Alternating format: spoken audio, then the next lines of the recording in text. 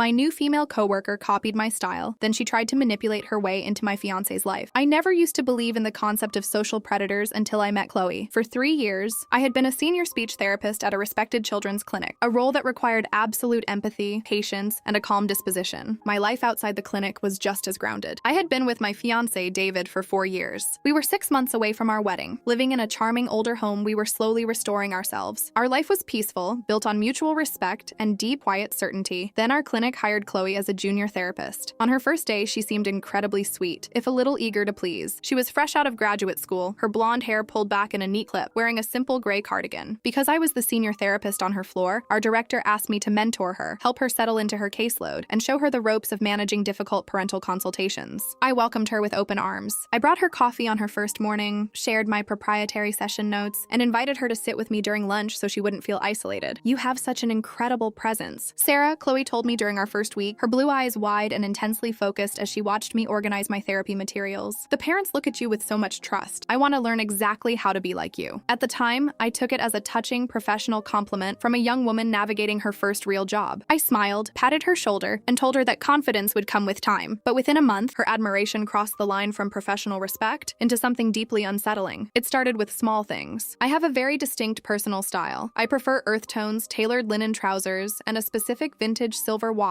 that belonged to my grandmother. One Monday morning, Chloe walked into the clinic wearing the exact same olive green linen trousers I had worn the previous Friday. Her hair, which she had always worn straight, was curled into soft waves that perfectly matched my natural texture. 2 days later, I walked into the staff break room and froze. Chloe was standing by the microwave, chatting with our office manager. Around her wrist was a vintage silver watch that was an identical replica of my grandmother's heirloom. "Oh, Sarah," Chloe gasped, holding up her wrist before I could even speak. "Look, I saw yours and just fell in love with the classic look. I spent the entire weekend hunting through local estate sales until I found one just like it. Do you like it?" A cold, uncomfortable prickle of sweat formed at the back of my neck. Estate sales took weeks of hunting. Finding an identical vintage piece in 48 hours was practically impossible. It was obvious she had ordered a replica online the moment she got a close look at mine. "It's nice, Chloe," I said slowly, keeping my voice entirely professional. "A very strange coincidence. I guess great minds just think alike," she chirped, offering a bright, vacant smile before slipping out of the room. I tried to shake it off. I told myself I was being paranoid. That imitation was the sincerest form of flattery. But over the next few weeks, the copycat behavior escalated into a bizarre obsession. She bought the same brand of travel mug I used. She changed her email signature font to match mine. She even started adopting my specific vocal inflections and the exact hand gestures I used when speaking to anxious children. It felt like looking into a distorted, younger mirror every time I walked down the hall. The true danger of Chloe's fixation didn't reveal itself until our clinic hosted a casual Friday evening mixer at a local lounge to celebrate a successful fundraising quarter. David had driven down to the lounge to pick me up, arriving a bit early. He stood by the entrance, looking handsome in his charcoal jacket, scanning the crowded room for me. Before I could even excuse myself from the conversation I was in, I saw a flash of lilac silk cut through the crowd. It was Chloe. She had seen David stand there alone, and she didn't hesitate. By the time I reached the front of the lounge, Chloe was standing less than an inch away from my fiancé. She was laughing, her hand lightly brushing against his forearm, a familiar, intimate gesture that made my blood run instantly cold. "Sarah tells me so much about you." "David," I heard her say, her voice dropping into a soft, breathy register that she never used at the clinic. "She always says how incredibly patient you are with her. I've been dying to meet the man behind the stories." David, ever the polite gentleman, looked slightly uncomfortable, but smiled courteously. "It's nice to meet you, Chloe. Sarah speaks very highly of your progress at the clinic." "Oh, I have a long way to go to catch up to Sarah," Chloe murmured, her eyes locking onto David's face with a predatory, intense focus. She didn't step back when I approached. Instead, she leaned in closer. "But I'm a very fast learner, David. Once I set my sights on something I want to perfect, I don't give up until I get it." The words hung in the air, heavy with a double meaning that made my stomach drop. As David reached out to wrap his arm around my waist, pulling me close, I caught the look Chloe was giving him. It wasn't the look of a sweet junior coworker. It was the calculated, hungry gaze of a woman who didn't just want my style, my job, or my mannerisms anymore. She wanted the man standing next to me. And as we walked out to our car that night, I realized the copycat phase was over. The infiltration had officially begun. The morning after the clinic mixer, I sat at our kitchen island, staring into my coffee cup while David made breakfast. The memory of Chloe's hand resting on his arm was looping in my mind like a bad film strip. "Hey," David said, setting a plate down in front of me and kissing the top of my head. "You're miles away this morning. Still thinking about work?" "Just thinking about Chloe," I admitted, my voice tight. "Did she say anything else to you last night before I walked over?" David shrugged, sitting down across from me. "Not really. Just standard small talk. She asked a lot of questions about our home renovation, though. Wanted to know exactly what neighborhood we lived in and what kind of projects I do on the weekends. She seemed a little intense, but I figured she was just trying to be friendly friendly with her mentor's fiancé. She's copying me, David, I said, looking directly into his eyes. She bought my clothes. She bought my watch. She talks like me. And last night, the way she was looking at you, it didn't feel friendly. It felt targeted. David reached across the counter, squeezing my hand. His eyes were warm, entirely innocent of the manipulation unfolding around us. Sarah, you're the most incredible woman I know. If she's trying to emulate you, it's because you're a total rock star at your job. But you don't need to worry about her looking at me. I only see you. 6 months from now, you're my wife. His words comforted me, but they didn't erase the knot in my stomach. David was a good man, honest, straightforward, and completely blind to the subtle, toxic games that certain women play. He didn't understand that a predator doesn't announce themselves with a roar. They slip into your life through the cracks you leave open out of politeness. On Monday, the shift became aggressive. I arrived at work to find a beautiful, handwritten thank you card sitting on my desk from Chloe, thanking me for introducing her to David. When I went to her office to drop off some patient files, she didn't bring up the copycat clothes or the watch. Instead, she immediately steered the conversation toward my personal life. David is just so charming, Sarah, she said, leaning back in her chair, twirling a pen between her fingers. You two must be so excited about the wedding. Where did you say the venue was again? I'd love to see pictures of the layout. We're keeping the details pretty private, Chloe, I said smoothly, setting the files on her desk with a firm thud. Just a small family affair. Let's focus on these speech assessments for the afternoon sessions. Her smile didn't fade. It just sharpened. Of course, work comes first. 2 days later, the trap sprang from an angle I never anticipated. David volunteered 3 nights a week at a local community youth center, coaching basketball for underprivileged kids and helping organize weekend sports leagues. It was his absolute passion, a quiet sanctuary where he felt he could make a real difference. He had been doing it for years, and everyone at the center knew him. On Thursday evening, I drove down to the community center to drop off his gym bag, which he had forgotten in my car that morning. As I walked through the double doors of the gymnasium, the squeak of sneakers on the hardwood floor echoed through the high ceiling. I looked toward the court, expecting to see David running drills with the kids. Instead, I saw him standing near the bleachers. And sitting on the bottom row, wearing a brand new pair of athletic leggings and a crisp white sweatshirt, was Chloe. She was holding a clipboard, laughing brightly as she handed David a water bottle. My heart stopped. She didn't live in this district. She had no connection to this youth center. I marched down the sidelines, the gym bag heavy in my hand. David saw me first, his face lighting up with immediate relief. Sarah, hey, you brought the bag, thank God. Chloe stood up smoothly, smoothing down her sweatshirt. Hi, Sarah. Isn't this incredible? I was looking for some volunteer opportunities in the area to help build my resume for child advocacy, and I remembered David mentioning his work here. I called the director yesterday, and they were so excited to have a licensed child therapist join the volunteer staff. She smiled at me, a look of pure, triumphant malice dancing behind her eyes. She had used the professional information I shared with her to legally plant herself right in the center of my fiancé's personal sanctuary. I'm going to be helping David organize the weekend tournament schedule, Chloe continued, her voice dripping with artificial sweetness.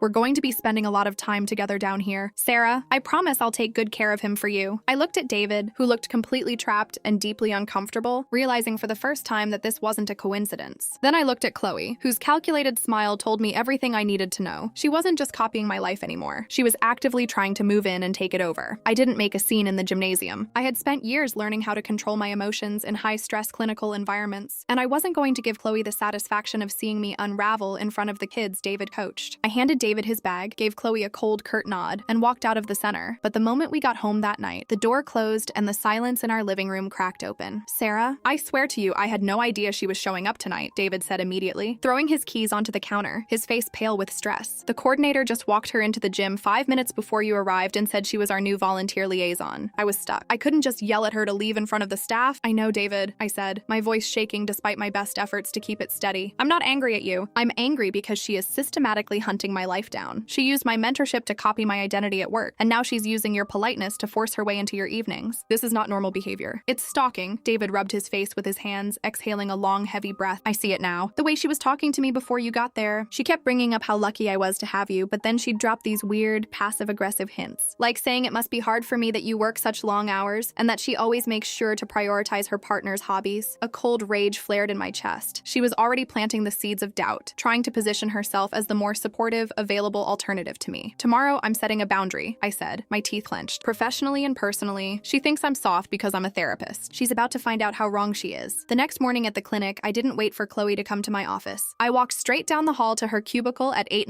a.m. before the rest of the staff arrived. I stepped inside, closing the privacy door behind me with a sharp, definitive click. Chloe looked up from her computer, her expression instantly shifting from a smug smirk to a mask of innocent confusion. Oh, good morning, Sarah. Do you have the morning case notes for— Save it, Chloe. I cut her off, my voice dropping into a low, lethal whisper that left no room for interpretation. I leaned over her desk desk, my eyes locking onto hers like vices. Let's lay the cards on the table. You are a junior therapist at this clinic. Your job here depends entirely on my evaluation of your ethics and performance. Do you understand that? Chloe's eyes blinked rapidly, her fake smile faltering. I don't know what you mean. The clothes, the watch, the vocal adjustments, I let them go because I thought you were just insecure, I said, each word hitting her like a stone. But showing up at my fiancé's volunteer center, trying to manipulate your way into his schedule, that ends today. You will contact the volunteer director this morning and withdraw your application, citing a scheduling conflict with your clinic hours. If you don't, I will file a formal HR report for personal harassment and hostile work environment before noon. The innocent mask completely dissolved. For the first time, I saw the raw, ugly reality of the woman beneath. Her jaw tightened, her eyes narrowing into slits of pure, venomous hatred. You can't prove anything, Sarah, she hissed, her voice losing all its sweet, breathy affectation. It's a public community center. I have every right to volunteer there. David doesn't belong to you at work. David is my fiancé, I countered, my voice unshakable. And if you think a corporate HR department won't look at the chronological timeline of your behavior, from your hiring date to your identical wardrobe purchases to your sudden interest in his exact niche volunteer hours, you are incredibly naive. Undo the application, Chloe. Stay away from my man and keep our relationship strictly to patient files. This is your only warning. I stood up straight, adjusted my blazer, and walked out of her office without waiting for a reply. For the next week, it seemed like the message had landed. Chloe was completely silent at the clinic. She kept her eyes glued to the floor when we passed in the hallway, and David confirmed that she had officially called the youth center to withdraw her volunteer status, claiming her workload at the clinic had become too heavy. I felt a massive wave of relief wash over me. I thought the boundary had worked. I thought I had protected my home. I had no idea that a woman like Chloe doesn't retreat when she's cornered. She just retreats into the shadows to plan a much nastier, dirtier strike. And with our official community engagement party just 2 weeks away, she had already found the perfect stage to try and burn my life to the ground. The quiet before the storm lasted exactly 10 days. During that time, our focus shifted completely to our engagement party, a beautiful formal evening we had planned at a historic local garden estate. It was an event meant for our closest friends, family, and our tight-knit community. I had intentionally left Chloe off the guest list, a decision that our clinic director and HR department fully supported given the recent boundaries I had established. I thought I was safe. I didn't realize Chloe had spent those 10 days creating a fictional narrative designed to destroy David's reputation and drive a permanent wedge between us. The blow landed on a Tuesday evening, just 4 days before the party. David came home from his basketball coaching session looking completely broken. He didn't even take off his jacket. He just walked into the kitchen, leaned his hands against the counter, and stared at the floor, his shoulders trembling. David. I ran to him, wrapping my arms around his waist. What's wrong? What happened at the center? When he looked up, his eyes were red-rimmed, filled with a mixture of profound humiliation and shock. Sarah, the director of the youth center, called me into his office after the kids left tonight. He received an anonymous formal complaint letter yesterday. My heart gave a heavy, violent thud against my ribs. An anonymous letter about what? David swallowed hard, his voice cracking with emotion. The letter claimed that I have been using my position as a coach to engage in inappropriate predatory workplace behavior toward new female volunteers. It specifically mentioned a junior therapist from your clinic who felt unsafe and sexually harassed when she tried to join the staff last week. It said I threatened her career if she didn't spend private time with me outside the gym. I sat down on the kitchen stool, the room spinning around me. The absolute, unhinged cruelty of the lie was suffocating. She hadn't just targeted our relationship. She was trying to destroy David's life, his clean record, and his ability to ever work with children or the community again. It's her, I whispered, my rage rising like a tidal wave. It's Chloe. She couldn't have you, so now she's trying to ruin you. The director knows me, Sarah, David said, his voice trembling with a terrifying vulnerability. He told me he doesn't believe a word of it. But because it's a formal complaint involving allegations of harassment near a youth program, they have to launch a mandatory board review. I'm suspended from coaching until the investigation is complete. My name, our family's reputation in this town. If this leaks out, Sarah, everything is ruined. I stood up, my hands clenched into tight fists, the emerald engagement ring on my finger catching the light. Chloe thought she had played a masterstroke. She thought that by hiding behind an anonymous letter, she could fracture our trust, cause David to blame me for introducing her into his life, and call off our engagement out of sheer, overwhelming scandal. She underestimated the digital footprint of a modern obsession. She's not going to ruin us. David, I said, my voice turning into ice. She thinks she's clever because she didn't sign her name. But she forgot one massive detail. That night, I went on the offensive. I didn't go to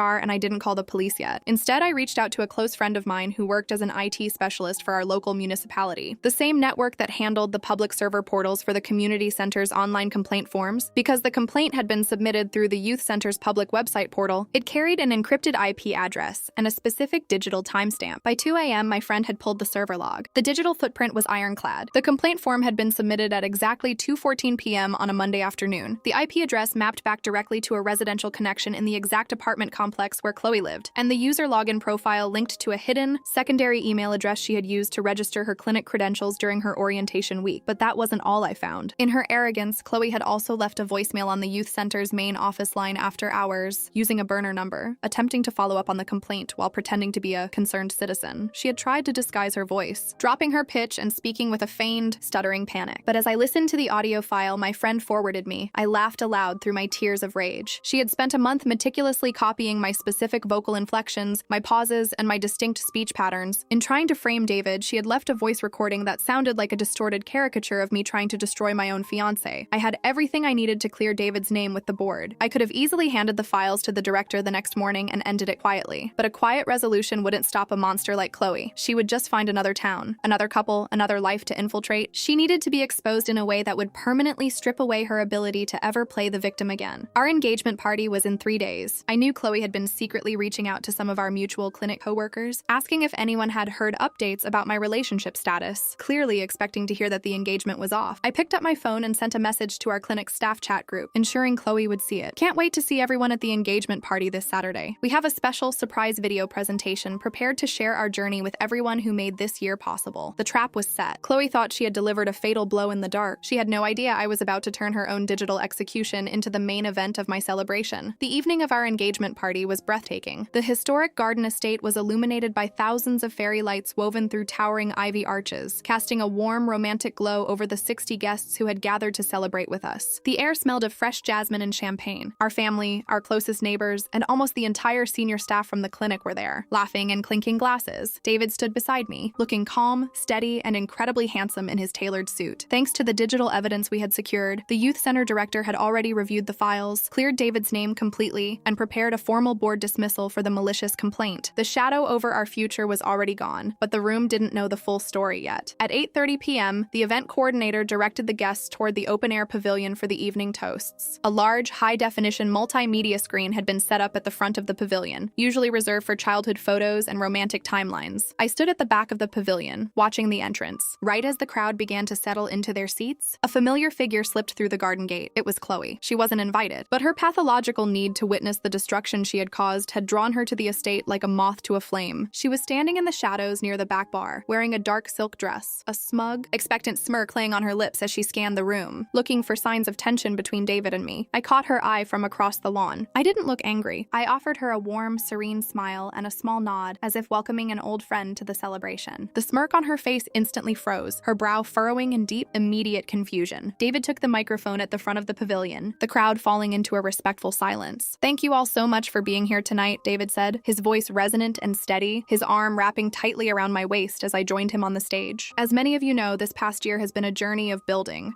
our careers, our home, and our future in this wonderful community. But recently we were reminded that the things you build are only as strong as the truth that protects them. He looked directly toward the back bar, his gaze locking onto Chloe with an icy, unshakable severity. "We promised you a special look at our journey tonight," David continued, lowering the microphone as the pavilion lights dimmed completely. "A look into what happens when an obsession tries to infiltrate a family, and how the truth always finds its way into the light." The massive screen behind us lit up with blinding brightness. But instead of engagement photos, the screen displayed a crystal-clear, chronologically organized timeline of Chloe's fixation. The first slide showed side-by-side comparisons of her copycat outfits, the watch, and her identical clinic profile changes. The crowd of coworkers in the front row let out a series of low, stunned whispers, their eyes darting back toward the bar. Before anyone could fully process the wardrobe theft, the screen advanced. A massive scan of the digital IP server logs from the youth center appeared, highlighting Chloe's home address and her private email profile next to the exact timestamp of the anonymous harassment complaint against David. The whispers in the pavilion turned into sharp, audible gasps of pure horror. Our clinic director stood up from her seat, her face turning a furious shade of crimson as she stared at the screen, then turned around to look directly at Chloe. Then, the pavilion's audio system boomed with the voice recording Chloe had left on the office line, her distorted, stuttering attempt to frame my fiancé playing at maximum volume for her parents, her bosses, and her peers to hear. The spotlight operator, following my exact cues, shifted the main stage light away from the podium and snapped it directly onto the back bar, illuminating Chloe where she stood frozen against the counter. Her face was completely bloodless, her mouth trapped in a silent, horrified gasp as 60 people turned their heads in unison to stare at her. The mask of the sweet, innocent junior therapist didn't just slip. It was completely obliterated under the burning glare of public exposure. The fallout from the presentation was instantaneous and total. Chloe didn't try to fight, she didn't try to explain. She turned on her heel and bolted through the garden gates into the dark, her high heels clicking frantically against the cobblestones as the murmurs Murmurs of disgust from the crowd followed her out into the street. The very next morning, our clinic director called an emergency ethics board meeting. By Monday at 9